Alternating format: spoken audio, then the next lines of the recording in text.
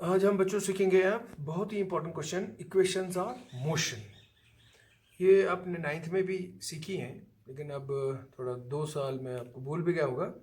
अब मैं आपको बताता हूँ इन इक्वेशंस ऑफ मोशन को कैसे डिराइव किया जाता है। आपने कैलकुलस भी यूज़ करनी है और ग्राफिकल मेथड से भी करना है।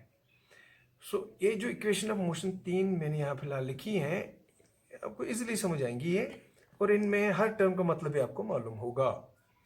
जरा देखिए, इक्वेशंस ऑफ मोशन में v यहाँ पे जो लिखा गया है, इसका मतलब होता है final velocity, u initial velocity, uniform acceleration t time, s displacement बोलो या डिस्टेंस ट्रेवल्ड, राइट। फिर वही u initial velocity, time, uniform acceleration, final velocity, initial velocity, acceleration, displacement. कहने का मतलब इन सब में रिलेशनों में क्या क्या है, मोशन इन्वॉल्व है। और कौन सी मोशन, वो भी याद रखिए, स्ट्रेट लाइन मोशन, राइट। अब स्ट्रेट लाइन मोशन में ये जो u है, u होगी एक ऑब्जेक्ट की, सपोज एक ऑब्जेक्ट है, यहाँ गाड़ी है, जहाज है, कोई भी ऑब्जेक्ट है, उसकी अगर वो चल रहा है तो यहाँ अगर हम मापेंगे उसकी वेलोसिटी, दैट इज u। फिर ये बॉडी चल रही है, राइट, यूनिफॉर्मली उसकी वेलोसिटी बढ़ती अगर गई हर सेकेंड में इक्वल अमाउंट में, सपोज यहां पे है 10 मीटर पर सेकेंड, एक सेकेंड के बाद हो गई 20 मीटर पर सेकेंड, फिर नेक्स्ट सेकेंड में हो गई 30 मीटर पर सेकेंड। उसका मतलब वेलोसिटी यूनिफॉर्मली बढ़ रही है ना। तो वो हम फिर उसको लिखेंगे एक्सेलरेशन, यूनिफॉर्म एक्सेलरेशन ए। तो जब कुछ टाइम हो गया, अब से टाइम हो गया टी, बॉडी कहां पहुंची, यहां, और यहां पे वेलोसिटी कुछ होगी उसकी, राइट। अब ये तो नहीं होगी जो यहां थी, उस वेलोसिटी को लिखते हैं हम v। यहां से यहां तक जब बॉडी पहुंची तो इसने डिस्टेंस भी कवर कर लिया, लीजिए s। तो इन सभी टर्म्स के बीच जो रिलेशंस होते हैं उन्हीं को हम बोलते हैं बच्चों इक्वेशंस ऑफ मोशन, यानी अप्लाई कहां होते हैं, मोशन में। इनका बहुत यूज है बच्चों, न्यूमेरिकल्स भी इस पे आप पूछी जाती हैं। तो लिहाजा हमने एक एक करके इनको अब हमने डिराइव करना होगा। पहले मैं ग्राफिकली सिखाऊंगा, उसके बाद कैलकुलस से सिखाऊंगा। तो चलिए ये याद रखिए जो मैंने अभी बताया।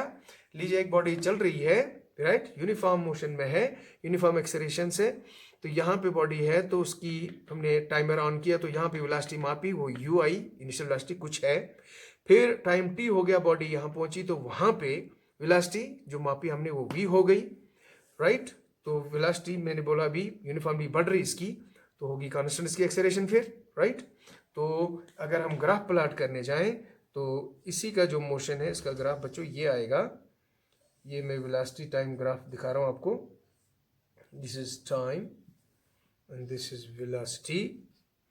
तो जो ये आएगा ग्राफ, राइट, क्योंकि यहाँ पे टाइम जो मैंने शुरू किया 0, तो वेलोसिटी जो थी उसको हमने क्या लिखा, u। So O to A U। जब वेलोसिटी जो थी स्टार्ट जब हमने यहाँ पे किया तो वेलोसिटी जो थी u, right, this is velocity u। जरा थोड़ा सा क्लियर, ये हो गया आपका यहाँ से यहाँ तक, ये आपकी वेलोसिटी दिखा रहा हूँ ग्राफ से मैं, ये इनिशियल वेलोसिटी।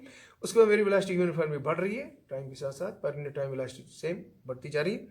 तो कुछ टाइम हो गया तो यहाँ पे पहुंचा मैं, तो नीचे आऊंगा, तो टाइम हो गया मेरा t,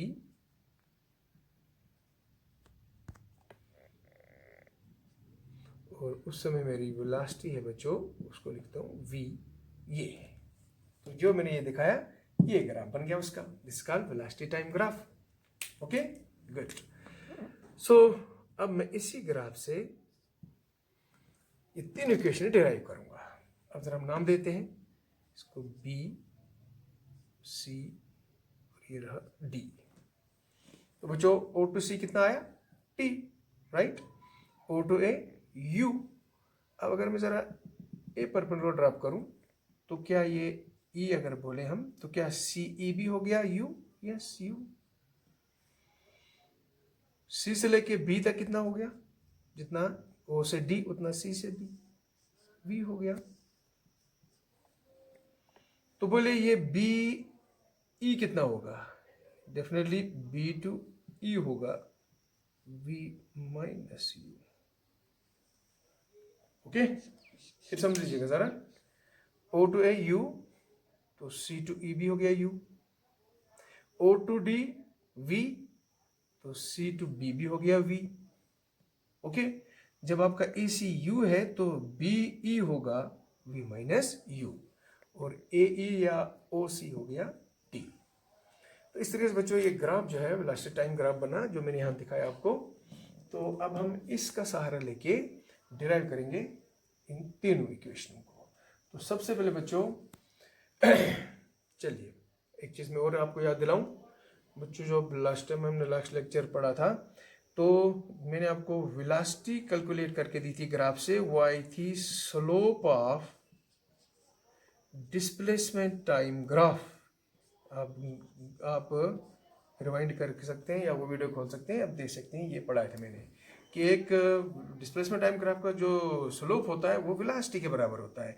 इसी तरीके से एक्सेलरेशन जो होती है ये होती है slope of velocity time graph.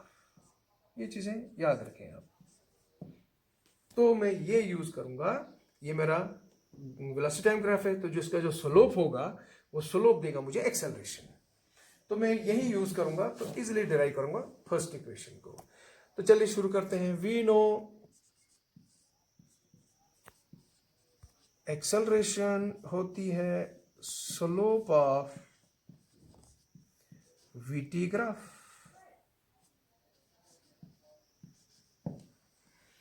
बोले बच्चों क्या होगा स्लोप इस ग्राफ का?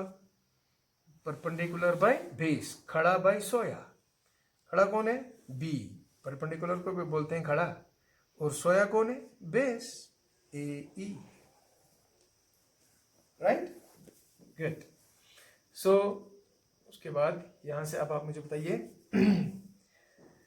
ए बराबर है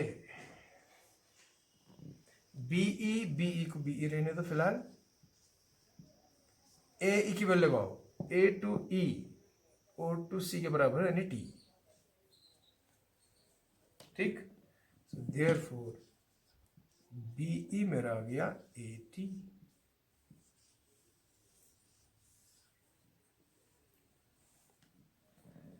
तो बीई लेकिन आपका ग्राफ से कितना है? बी आपका है V minus U, but graph से BE is V minus U from graph. करो इसमें substitute, therefore V minus U is equal to 80, therefore v is equal to u plus 80। देखिए कितना आसान तरीका, इस ग्राफ से मैंने first equation of motion derive की। देख सकते हो आप, ग्राफ आप समझ गए। ये ग्राफ जो है यूनिफॉर्म मोशन का है, जब एक्सेलरेशन कांस्टेंट हो, यूनिफॉर्मली वेलोसिटी बढ़ रही हो पर यूनिट टाइम, लेकिन बॉडी की कुछ इनिशियल वेलोसिटी हो, तो वो मैंने दिखाया है कितनी इनिशियल वेलोसिटी है u, उसके बाद वेलोसिटी आपको यूनिफॉर्मली बढ़ रही है, तो कांस्टेंट एक्सेलरेशन होगी, तो टाइम t हो गया, तो उस समय वेलोसिटी कितनी होगी? v। तो बस, तो फिर इस ग्राफ का जो है स्लोप होगा वो एक्सेलरेशन देगा, वही लिखा मैंने। तो स्लोप निकाला खड़ा बाय सोया यानी परपेंडिकुलर बाय बेस, सो निकलेगा इसका स्लोप, वही निकाला। तो यहाँ से बी निकला 80, लेकिन बी ग्राफ से मैंने कितना निकाल के दिया था? बी माइनस यू, सब्स्टिट्यूट करो तो वी निकला यू प्लस 80।